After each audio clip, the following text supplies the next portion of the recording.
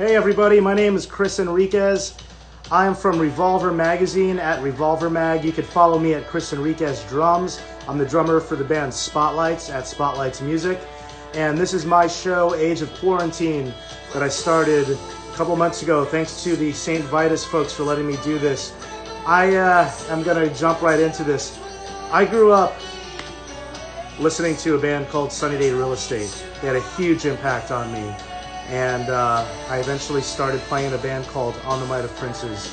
And we owe a lot to them and the sound they started. I hate the word emo, but the genre is often associated with Sunny Day Real Estate. My guest tonight, William Goldsmith, is one of my favorite drummers, one of the biggest influences I've ever had.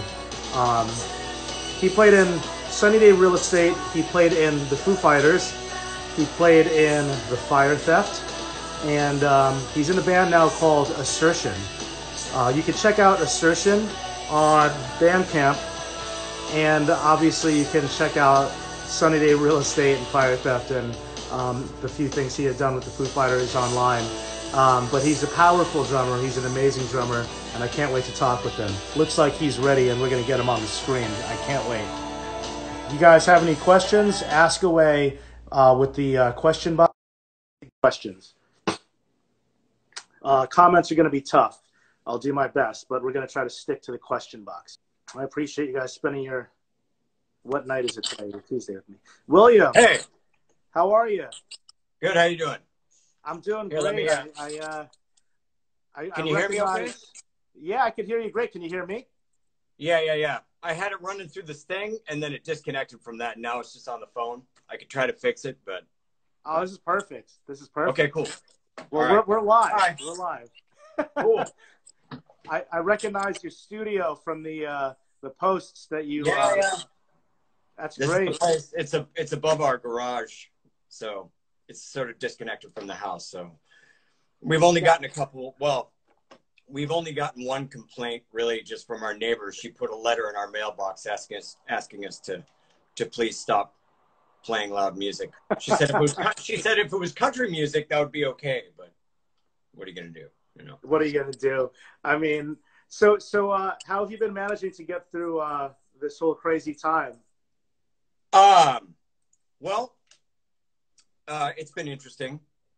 We've managed to hold down the fort, and it's been, stressful on everybody, obviously. So it's been interesting, but the trickiest part has been our son Logan is in a special program because he has autism, and so they had to stop going to school, and so trying to get him to do some of the things.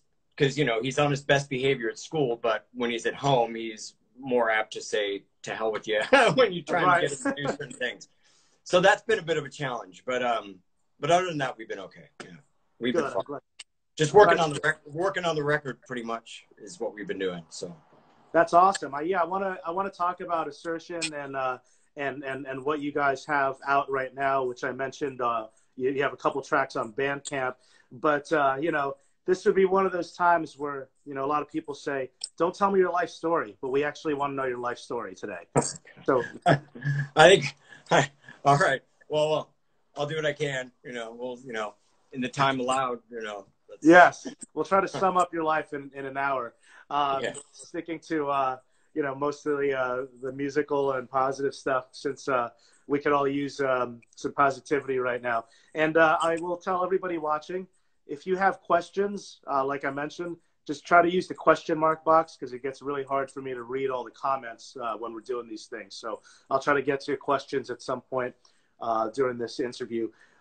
William, where are you located right now? And is it where you're originally from? We're in Port Orchard, which is about a 40-minute ferry ride away from Seattle.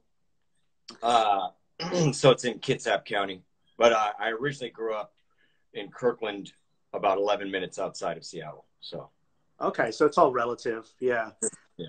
Very cool. And so going back into your musical history, what were your earliest memories of you know, realizing that music meant something to you outside of, you know, background noise? Like you're like, oh, I this is really moving me. I was the youngest of 9 kids, and so I had a lot of older brothers and sisters that would listen to a lot of music. So the first stuff that I was really exposed to heavily was Earth, Wind, and Fire, the Beatles a lot, and Stevie Wonder, a lot of Stevie Wonder. But then, you know, various other things, you know, always playing all the time. But it was when I was in 8th grade that my brother sat me down and played me Permanent Ways by Rush, Quadrophenia by The Who, you know, Pink Floyd, and Elvis Costello. I got really into Talking Heads a couple of years previous to that when I was a kid. I was searching for music, and for some reason I had honed in on the Talking Heads, bought all their first record I ever bought was Remain in Light by Talking Heads. So. Oh, wow. But as a New Yorker, that's exciting to hear, you know? Yeah, I love it just as much now as I did then. So, but then the weirder part is when I was 5 years old, I had an imaginary friend named Joey Martineau. That was his name. And he was a drummer. Don't ask me. I'm not saying it was real. It was imaginary, but for whatever reason, he was a drummer, and he got me really interested. And then also my brother had a drum kit. And I would go downstairs and just sort of stare at it. It was like this old Pearl kit. So, yeah. The bands that you just mentioned all have really good drummers, which is the one thread. You know, and some people, I mean, you mentioned a few that, you know, everyone knows that Keith Moon is great. But the drummer for the Talking Heads, and I am so ashamed that I can't just think of his name. Chris France. Yes. He is a really tricky drummer. Even if you listen to some of the hit singles, he'll throw in some strange, odd time signatures, even though it's super dancey. Yeah. But that's right. That makes a lot of sense to me, though, knowing your sort of like your style and how it evolved. That those were the bands that kind of laid the foundation. Yeah, there were more than that. I mean, yes, Emerson, Lake and Palmer, obviously Led Zeppelin. I'd probably mentioned Pink Floyd. The other weird one was that I listened to a lot when I was really young was the musical adaptation of The War of the Worlds, which somebody told me who the composer was that put it together. I can't remember, but what's his name? The singer of Moody Blues. Okay. He sang on it. But anyway, it used to scare the hell out of me. And I would listen to that sometimes, but it gave me nightmares at the same time. So, yeah. When it came to drums, you mentioned your brother and your imaginary friend, and that's amazing. We also just glazed over the fact that you grew up with 9 kids in the family, which is also insane. But you know, yeah. So I'm already just like, wow. Okay, first 5 minutes, I'm learning a lot about you now. But when it came to drummers, you know, we talked about Zeppelin, we talked about Keith Moon and Talking Heads. Like, who were like the guys? I mean, even if we may have just mentioned it, like, who were the main guys when you looked at and you're like, I got to learn that part. I gotta do this because that guy's sick. So when I was 13, it was Keith Moon and John Bonham were the ones that I really, really honed in on. They were the ones that I really focused on. Neil Peart as well, but it was beyond my reach, you know, it's pretty much like, for the most part, you know, I did the best I could. But so the way I tried to play was I would set up my brother's old stereo with these big speakers behind my drum kit, and I would just blare those, you know, blast those records behind me, and then just try to play what they were, just try to figure out what they were doing. So. And it's self-taught?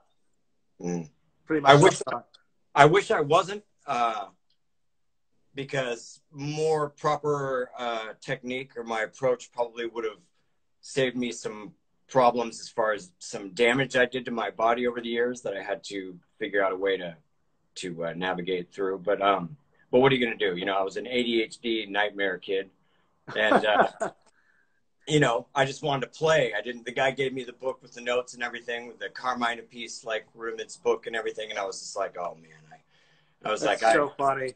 Yeah. I grew up in Long Island where the Appice brothers were from. So I just would see, things with Carmine or Vinny at like every drum store and every guitar store. So it's funny to hear that. I know what you mean, by the way, because I actually grew up watching a lot of your videos and was influenced by that and just hard-hitting drummers. And I was self-taught, and I later on realized, man, my back is killing me. I need to figure out what to do about this. So when it came to like the contemporary drummers, I mean, I've heard you talk about Dale Crover. I think I've heard you talk about Slint and Jesus Lizard a little bit. What were the drummers that were more your generation at that point that you were really vibing on? Well, I mean, those are three. God, Adam Wade, Shudder to Think, Matt Cameron. Oh yeah, and Adam Wade on Shudder to Think records was unbelievable, and the Jawbox records, absolutely. Yeah. And God, who else? Ryan Rapsis, John Herndon. So Ryan Rapsis was in Euphone. He was also in Heroic Doses with Bill Dolan from Chicago. And, and Euphone was Ryan Rapsis and Nick McCree. And then John Herndon from Tortoise. Oh, fuck yeah. Some people call him Johnny Machine. And John McIntyre from Sea and Cake, and also from Tortoise.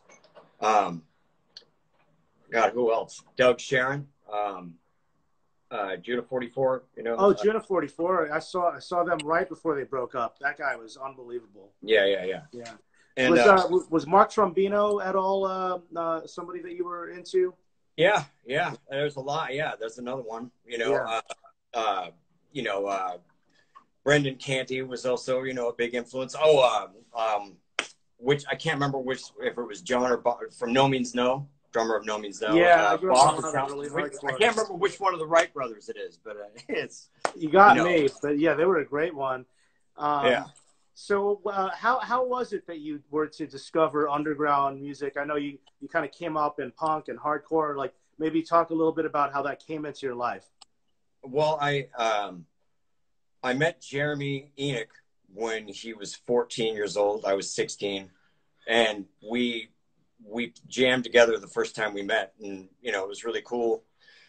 And then nothing really happened after that for a couple of years. And then I was playing in a band called The 13 with a guy named John Atkins, who was in a band called Hush Harbor, 764 Hero. And, 764 Hero, yeah. Yeah. And he and I had a band called The 13. So this is all through high school. And then met up with Jeremy again, started hanging out with Jeremy again. And he had joined a hardcore band called Reason for Hate. And it was Reason for Hate of whatever, racism, sexism. So, the word hate is not a good word, but I mean, it was hate against things that were negative, if that makes any sense. Oh, yeah. I mean, we were kids. The hardcore punk rock scene in the 80s. Yeah. So I joined that band, and that's when we went out and we were actually like playing shows and stuff. And mostly a lot of the time in this cement box called the Party Hall, and on 21st and Madison in Seattle. And that was pretty much how that all started. And that was definitely like a scene. There was a hardcore scene that was definitely going on. And so I sort of accidentally found myself to being a part of that. And really I was like kind of more of like a classic rock kid, if you could call it that. Sure. Yeah. Kind of what I grew up listening to, but not even classic rock. I mean, I wouldn't call Earth, Wind and Fire classic rock. You know what I mean? There was a lot of just like a variety, right? Prog rock, classic rock. My introduction into the sort of the underground hardcore scene was by joining a band and then being introduced to all the music. And that's when, I got really into like the first Neurosis record, Word is Law, which is just like amazing. You just stole my next question. Well, one of my next questions about that. Let's save that one because I heard that was a big record for you guys when you were making Diary. Yeah, huge. Tree People too were a big influence on Sunny Day. Right to Spring, Fugazi, obviously, Sure to Think, Lungfish. We were all inspired by all those guys. So, but that was Awesome. that was a couple years. That was like a year or so later, maybe after I joined that hardcore band, maybe in early '91, I think. Okay. So yeah. I see a lot more people joining us, and a couple of questions popped in the box that I'll get to eventually. But if you're just joining us, this is William Goldsmith, the drummer of Assertion and formerly of Sunny Day Real Estate, Fire Theft, and Foo Fighters. So let's talk about those days. I know that a bunch of you guys were playing in some hardcore bands like Brotherhood, Christ on a Crutch. Which bands were you in back then? And is there anything with you on it from back then we could check out online anywhere? So I was in a band also called Positive Greed. It was another hardcore band. That's who I went on my first tour with. Okay. So we went on our first tour. That window's open and there's cars driving by. Is it? I can't hear it at all. Oh, okay, good. So yeah, the first, we recorded like, I guess, a demo tape. Reason for Hate did, and so did Positive Greed. And I know you can find those. I know you could search Positive Greed on YouTube and maybe find some stuff. So I was one of 4 drummers, so there's a bunch of stuff, and I'm only on some of it. Okay. I'm on like maybe 9 or 10 songs, but and then Reason for Hate, that 7-inch. I don't know. I have no idea how you can find that. I'm sure you could search online. I know Mark Swanson would probably know. He was the singer. Okay.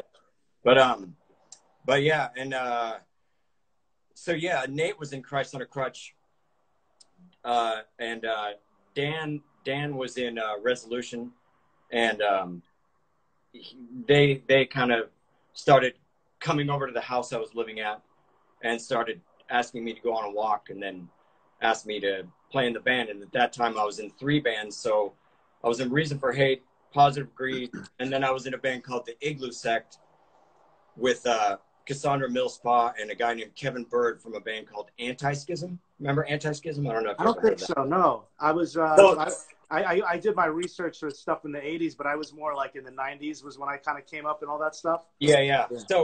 So that first tour I did with Positive Greed, it was us, Born Against, Rorschach, and Anti-Schism. So wow, dude, we're huge fans at St. Vitus of Rorschach and Born Against, and those are kind of like from our scene over here. So that's cool to hear that you did shows with those guys. Yeah, we toured the whole U.S. It was a cool first tour to go on. That's awesome. I don't know how we managed to get on those bills actually, but yeah, we did. The days of DIY. Now, you did mention meeting Jeremy early on, and then Dan and Nate. So out of the hardcore movements, when you guys were kind of playing in the punk bands, how did Sunny Day actually become Sunny Day? So that was from Dan and Nate coming up to me and asking me to join the band. So at that time I was in 3 bands. So I started the band with them, and so that would be the 4th band. Then Reason for Hate stopped playing because Jeremy moved to Spokane for a while, and the Igloo Sect broke up, and then I ended up leaving Positive Greed to just focus on the band with Nate and Dan. And then Jeremy moved back, and we had written like 46 songs. Jesus Christ. With just the three of us, with Dan and Nate and I. And we were constantly playing. It was a really inspired time, but a lot of it was instrumental at first.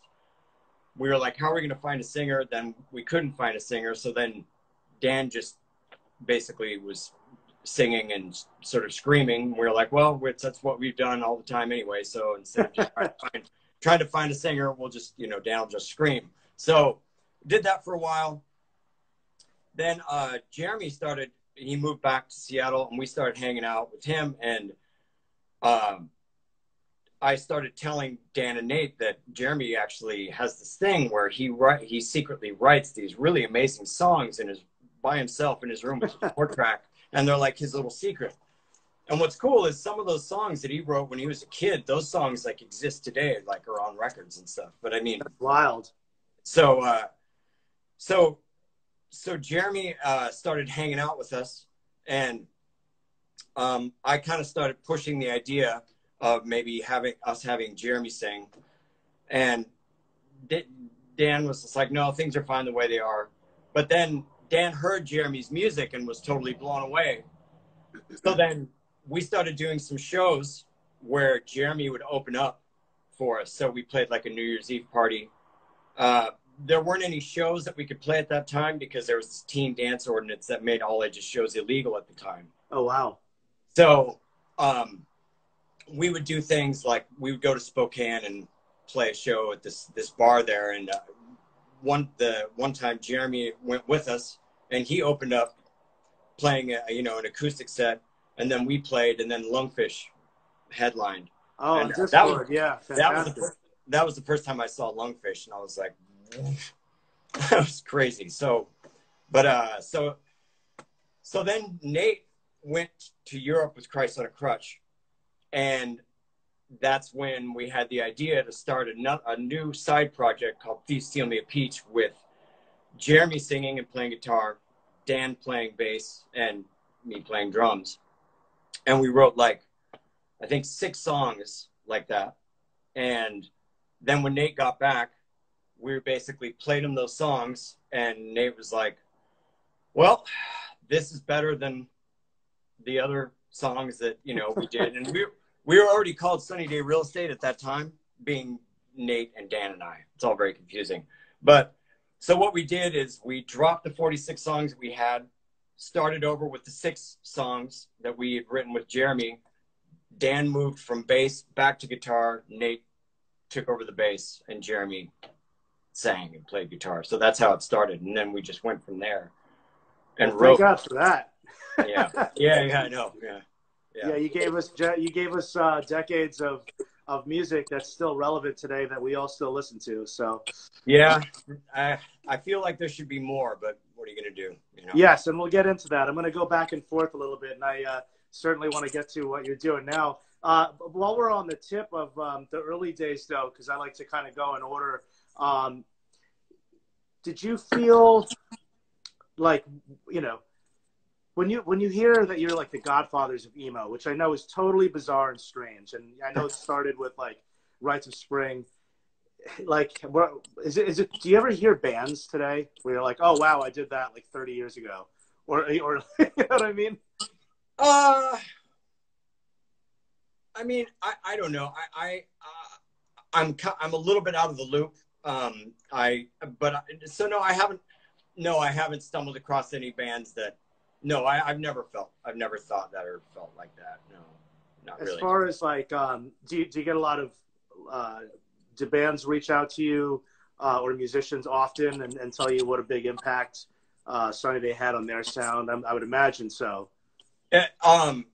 Yeah, that's happened over the years. It kind of took a while for me to process that. I didn't understand it. It kind of, for the longest time, for several years, we just didn't have any idea.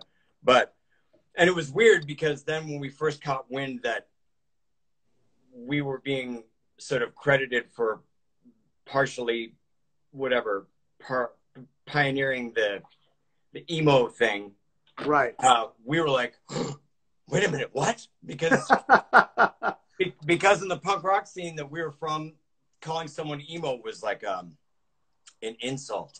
Yeah, I mean, I remember. Yeah. So we were like, wait a minute, how did that happen? But really, the origins of emo came from like an article I think that was written about. Was it the Rites of Spring where they called them that, or something like that? That's what I heard. I heard it was the Rites of Spring was like kind of the exact what you just said. Yeah. Yeah, and then how that word found its way to the punk rock scene that I was a part of, to where it became a term used as an insult, I have no idea. But so that was kind of strange. But conceptually, the idea of emotionally driven music being something that's new doesn't make sense to me, because I mean, emotions have been the launching pad for art since the beginning of the beginning. So yeah. but it is what it is, like I guess people have to try to find a way to label things or like categorize stuff. So I suppose. For sure. You know, yeah, absolutely. And so going back to the Neurosis topic, which is the album Word as Law. Yeah. One of the guys from Neurosis was actually on this show last week, which is kind of a cool tie-in here. Wow. We had Steve Von Till from Neurosis. So you're kind of confirming that Word as Law was a big influence on Diary. Yeah, as strange as that sounds, you know, if you put the two together, you wouldn't think, but yeah, definitely was. Yeah. Interesting. Sure. What would you say for Sunny Day? Because personally, you know, I found out about you guys probably the last year you were a band in the initial run, maybe like 93, 94. You know, right around the Pink album, I probably heard you guys for the first time. Yeah, we broke up in 95, I think. Was that right? Was it 95? Oh, you would know better than me. Well, actually, I wouldn't be so sure about that. But my point being is that I had never heard music like that before. So I'm very curious, kind of like, is it accidental or is it deliberate? Did you guys have a conversation and say, let's take parts of this, parts of that? How did it even come to be the sound that it was? You know, just allowing whatever is there to come out the way that it comes out, I guess, you know. There were some, I mean, but there were, you know, there were also songs like the song In Circles. In Circles was a song that, it was one of the songs that Jeremy had written secretly by himself in his room, you know. So I mean, Jeremy obviously, you know, is one of the huge, you know, reasons why that band sounded the way it did. But as far as like the song arrangements, it was a collaborative thing. Sometimes the songs would write themselves. Other times I remember when we were writing that song 7, we got stuck. We were there for hours just staring at the ground, just trying to figure out how to wrap this thing up, you know, and it took a long time, but we finally did. But it was that song was frustrating. We kind of hit a wall. But how'd you guys link up with Sub Pop right before obviously right before that came out?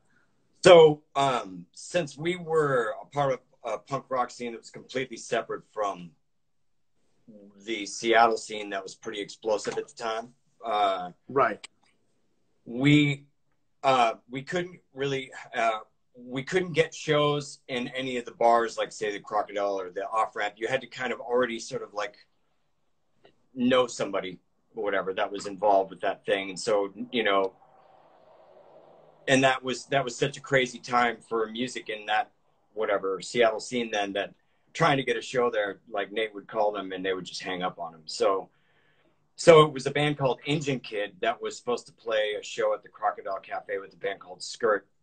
I know Engine Kid. Yeah. We're on Revelation Records. Yeah. Greg Anderson, he was in Brotherhood. Also, he was in Galleon's Lap, and also is it Goat Snake? Yeah, with Pete Stahl. Yeah. So anyway, Greg Anderson, he's a really great guy, and Jade Devitt was the drummer. Brian Kraft was the bass player. So they were going to play a show at the Crocodile Cafe, and they, for some reason, I don't remember why, they couldn't play the show. They had to cancel. So Greg Anderson suggested to the booking agent at the Crocodile, a guy named Eric Soderstrom, that he put us on. So he did, and we played. And Eric Soderstrom said that he was going to put us on the Sub Pop party show that was coming up and have us play first, just because he wanted to see what happened. And so he put us on, and there was one person in the room, and that person was Jonathan Poneman, who runs Sub Pop Records. And I don't know if maybe Eric must have gone up to him and said, hey, you should watch this first band, maybe. I don't know. So we got done playing, and Jonathan walked up and said, hey, do you guys want to make a record? And we laughed at him at first, but then realized that he was serious and who he was. And we were like, okay, sure, why not? So, and that's how it all started. And so then we put out a 7-inch that we recorded with Kurt Block. And that was released on One Day I Stopped Breathing Records, but it was paid for by Sub Pop, actually. So got it. And that was the was that called Thief Steal Me a Peach? Yeah, which was the name. Which Thief Steal Me a Peach was the name of the project that Jeremy and Dan and I did while Nate was gone. Okay, yeah.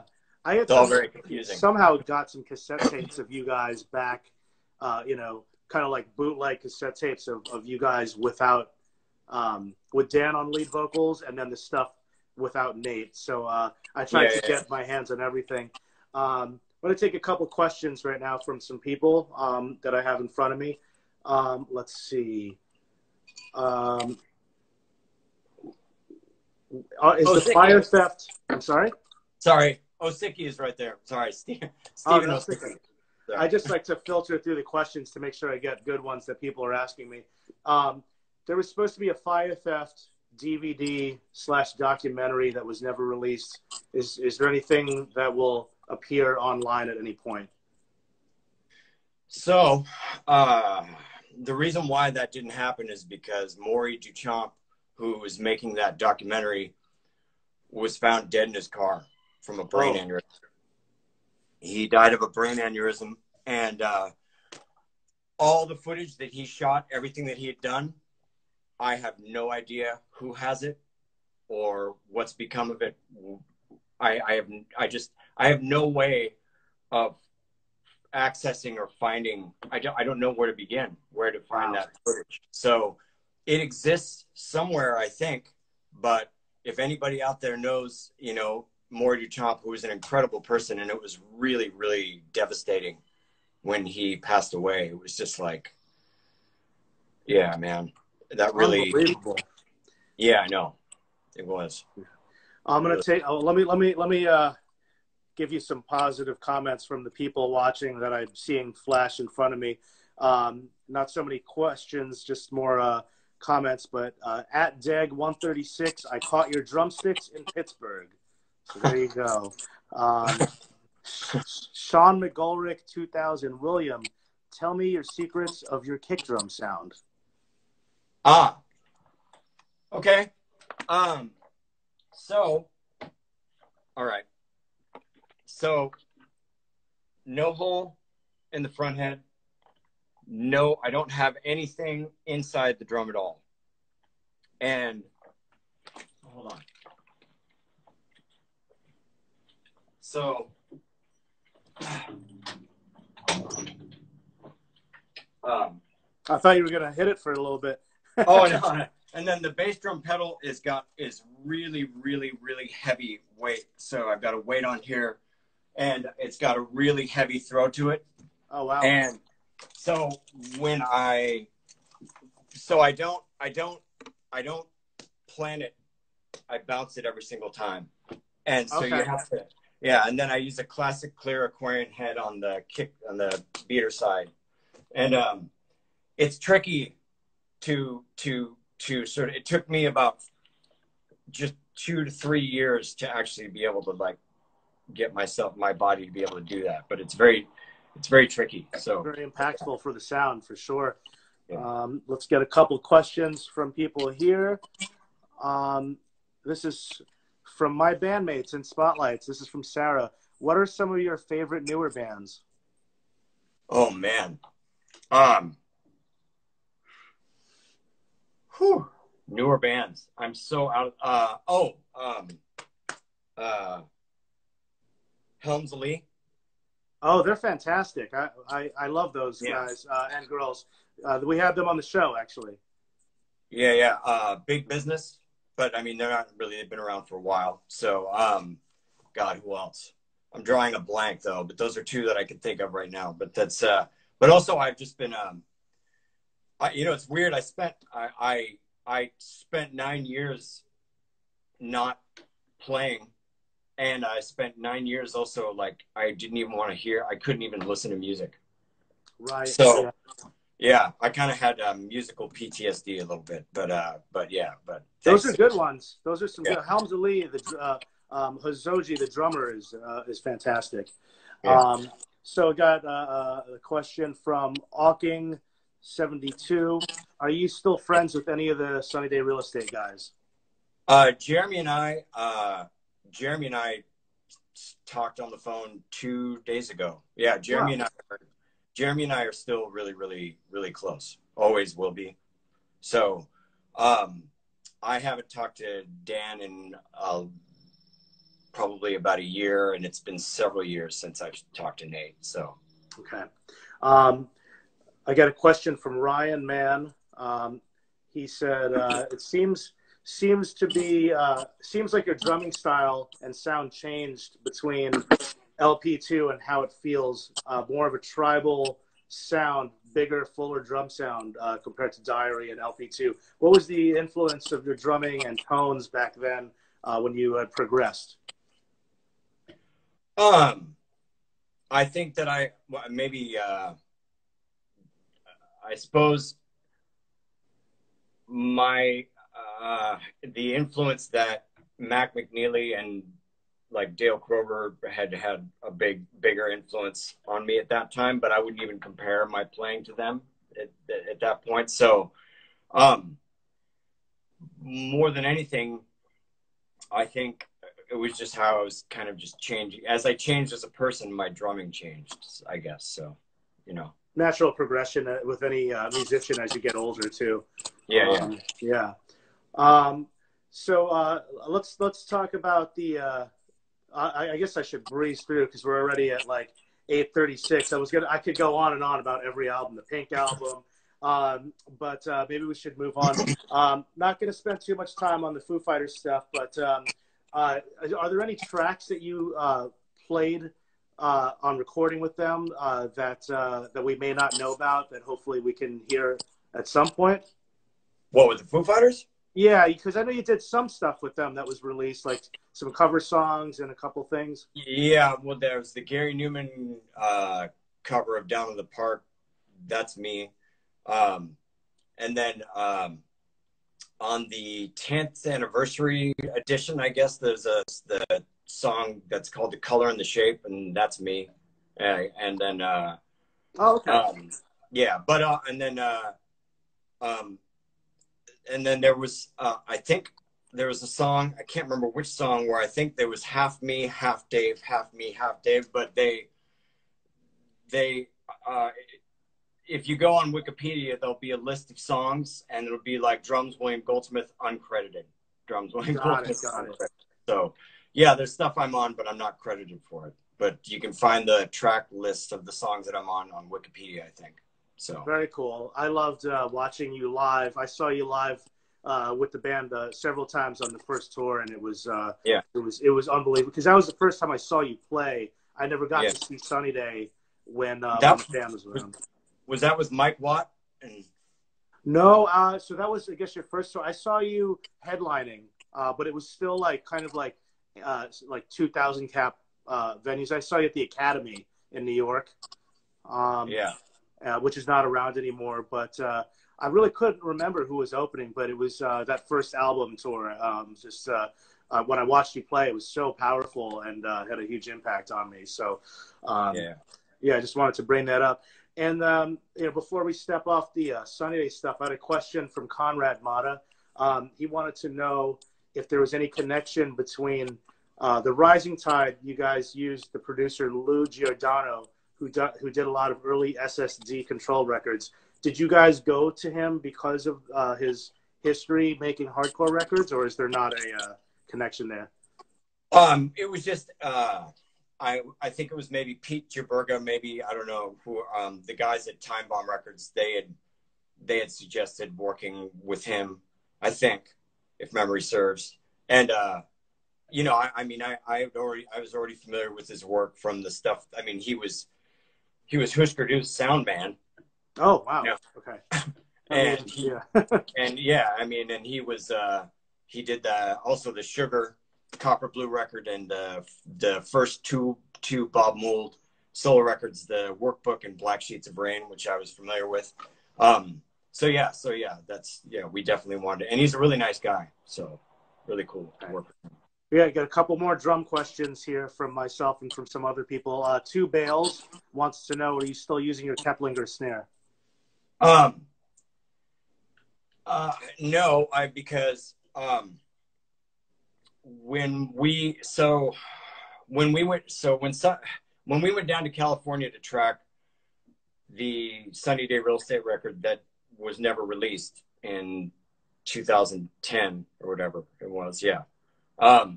So we went down there and all of our gear was down there and we tracked stuff, and then we were going to return, but then ended up not returning. And so our gear was sent up to us, and all of my drums were sent back to me except for that snare drum. Damn. And I called down there and I said, look, down there's somewhere is my Keplinger. You can't miss it. On the side it says not fragile. And they were just like, nope, not down here, man. So it disappeared down there. Unbelievable. So those recordings, do you think we'll ever hear it completed or released in any shape or form? Only the Lipton Witch song. Right. That was on a Circus Survive split 7-inch. Yeah, and that's the only song that actually ended up having vocals put on it and was mixed and finished. The other 6 songs, so there were 7, I guess, that we had tracked down there all together. And the other 6 songs, I just don't know. Okay. I don't know. I have no idea. We can all hope. That's a burning question for everybody. I see people commenting and asking. Okay, so the Fire Theft, I was talking to, I don't know if you know the band Hum. My friend Brian plays in Hum. Yeah. We were talking earlier and he said, this is a question from him actually, but or a comment rather, but he said, ask William about the Fire Theft record because that's some of his best work.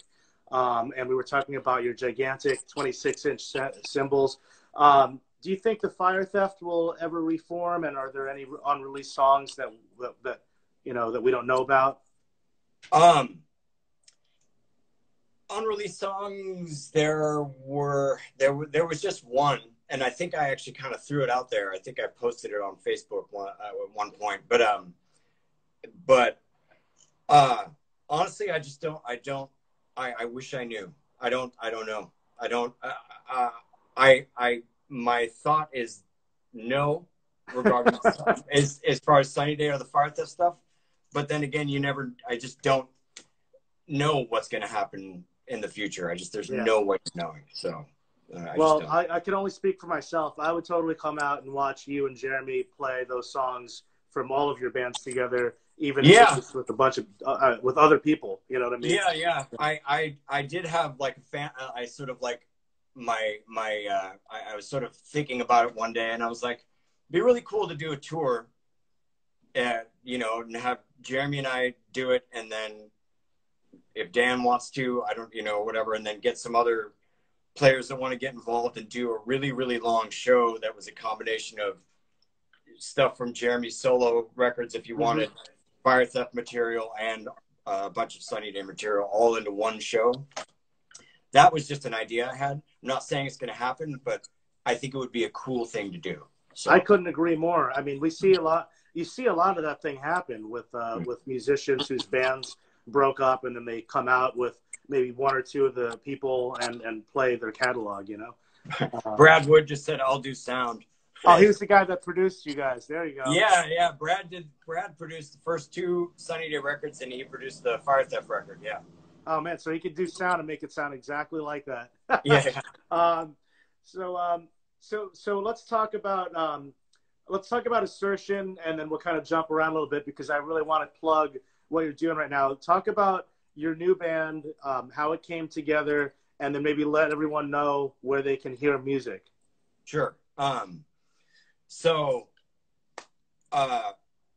Justin Tuminga, who also has a band called Pig Snout, with his kids, Lucian and Dahlia Tuminga, and he had reached out to my wife and said, "Hey, I just realized you're married to William Goldsmith, and will you tell him that I said thank you because, Sunny Day influenced me to do this, that, the other thing." And then she said, you really should look at that guy's page and see what he does, because he teaches music to children with autism. And wow. our son having autism, it got my interest, because I've been flying blind and was sort of looking for some mentoring in a way. And and then I heard his band with his kids and Pig Snout, and it was really, really, really good. And I was like, wow. And it made me want to play again. And it also made me want to bring that part of my life and have it be in my children's lives as well. So Very cool.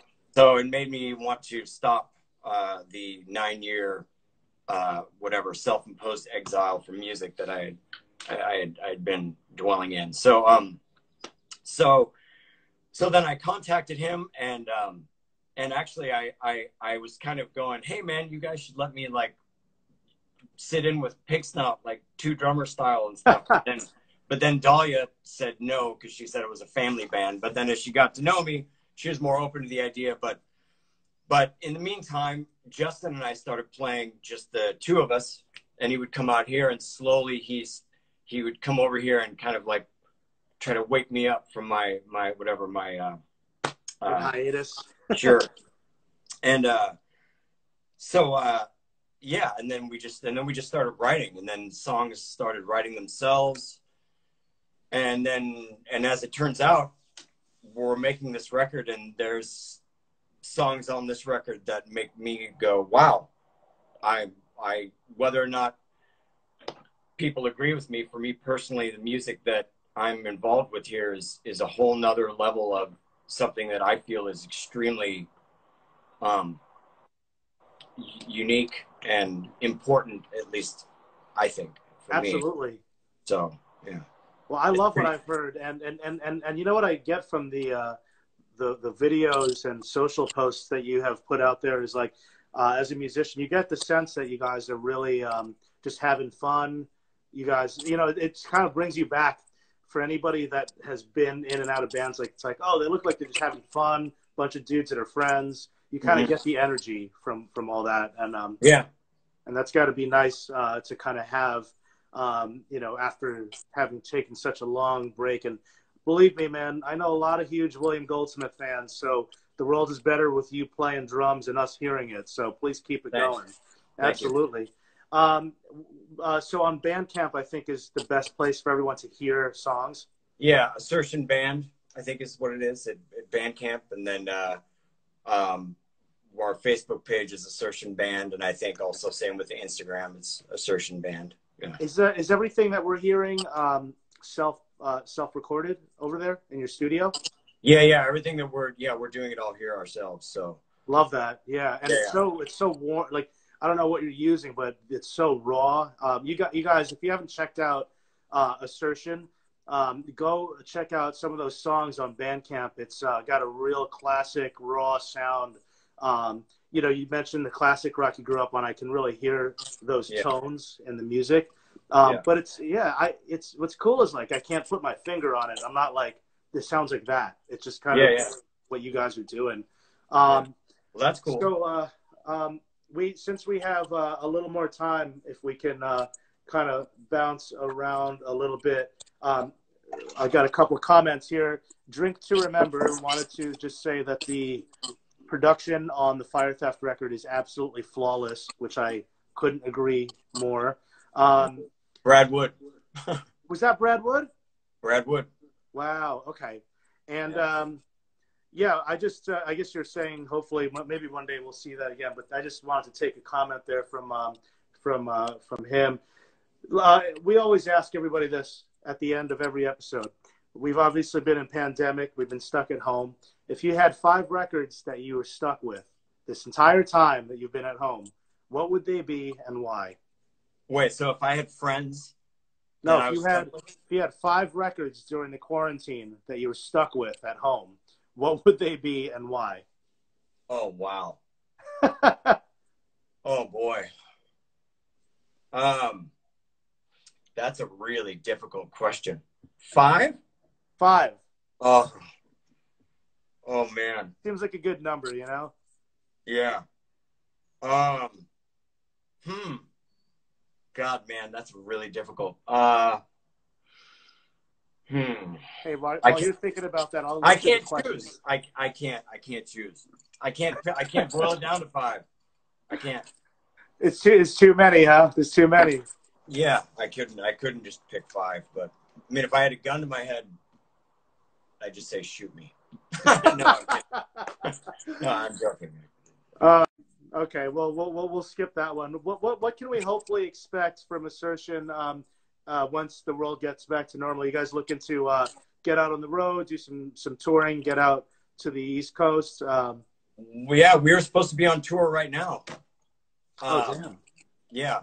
We were supposed to leave like a week ago, but we're not. So for obvious reasons. So yeah, I mean, in a way, the only upside to all this craziness has just been that we've been focusing on trying to finish the record. And, you know, Justin Tominga has basically been literally learning as we go. And I mean, I'm helping him where I can, but I mean, he's doing the bulk of the work, you know, like as far as like engineering and mixing, especially. So, it's been a process, but the plans are to finish this record. We have another at least half record of material already written. So we've got one record that we just need to finish, and then we've got half of a record already finished, you know, written. And then I guess as soon as we can start playing shows again and, you know, try to figure out a tour when it's possible, if those venues are still even in existence after Right. all. No, we're seeing a lot of that around here. I can tell you some places are doing outdoor shows in the summer already, but and then some places are just doing the live stream shows. But we would love to have you at St. Vitus, you know, when the time is appropriate, when everything makes sense. We had Nate's side project where he was singing at St. Vitus a couple of years ago. So yeah, I would love to see you there. And I think that you know, if we can, you know, hopefully we'll come out to Seattle at some point with my band, and I'd love to link up with you and that'd be do a great. show with Assertion. Yeah. Okay, so we got another comment from Conrad Mata. Joe Skyward, R.I.P., who was the live bass player in Sunday Real Estate, was incredible. How come he didn't end up playing on the Rising Tide? Because he was pretty much just playing in the band just for the touring. He wasn't really joining as like a permanent member. We were kind of just keeping it to ultimately the three of us, and Jeremy played bass on the Rising Tide. So, but yeah, it's Joe's passing is a sad thing though, for sure. He was fantastic. You guys always had really good bass players. Yeah. And the guy that played on How It Feels, he was another one. He was fantastic. Yeah, Jeff Palmer. Yeah. So I got a couple other questions before we run out of time here. Ray Osborne, sorry if I asked this already, but it got lost in the mix. Okay, sorry about that, Ray. We got you here. Okay, so the beginning of Tearing in My Heart was a recording of a relative. Could you tell us about how that, the story behind that? Oh, yeah. So my sister, Dorothy, she lived in France for a while, and I believe that was in 1979. And instead of writing letters back home or to her friends, she would have a cassette recorder, and she would just record, you know, she would just talk into it. Instead of writing a letter, it was just like a recorded message. And then she would send the tape back to them to the States. So that was her walking in Paris, somewhere in Paris. I have no idea where. And walking with the cassette recorder as part of her sort of like audio letter, whatever, home. And she unfortunately was killed in 1982. She fell off of a cliff, and so that's Jeremy and Dan were nice enough to let that song kind of with the sort of intro being her walking and talking, you know, as a segue into the song, making that song kind of a tribute to her. So, yeah. So that's what that's about. Yeah. God damn. And we got a nice comment from Jimmy Bizan saying R.I.P. Joe, just to go back to we were talking about Joe before. Yeah. Well, yeah, we, I just want to bring up the vibe and just say we are very happy that, for the sad times that we do go through, Sunny Day and Fire Theft and all of the music that you have made has been a soundtrack that's helped a lot of us keep going. So on behalf of everyone I know that is a huge fan, I want to thank you for that. And just thank you for your time, man. It's honestly, I feel like I'm fanning out a bit, but it's a dream come true to just talk to you. So, no, man, that's cool. I really appreciate it. So, yeah. Are there any last final comments or shout outs that you want to leave us with before we say goodbye? That everybody should stay safe and try to pull together so we can all navigate through this time, because we're all one together. So, that's the best thing I can think. Absolutely. I couldn't agree with you more. And we really look forward to the new music, and we'll keep following you online so we can see what you're up to and supporting what you do. Thank you, sir. Okay, William, stay safe out there and keep hitting those drums, man. I will. You too. Okay, take care. All right. See ya. See ya. Hey, thanks for watching, everybody. That was a very fun interview. I was a little nervous because I ripped that guy off for years. Can't even tell you. Let me tell you who we have coming up on Age of Quarantine so you guys can stay up to date. We have a lot of exciting stuff happening. Okay, so tomorrow we have Daryl from Snapcase. Thursday we have Shauna from War on Women. And Friday we have Robin from Big Brave. And then in the coming weeks, you will be able to watch interviews with everybody from Failure to Blood Incantation to, I don't want to jinx it, but there's some other big ones. Oh, and Hum. We have Hum coming up. So stay tuned and follow me at Chris Enriquez Drums for updates, and follow St. Vitus right here at St. Vitus Bar. Thanks so much, guys, and stay safe. Be kind to each other because we need a lot of PMA. Peace.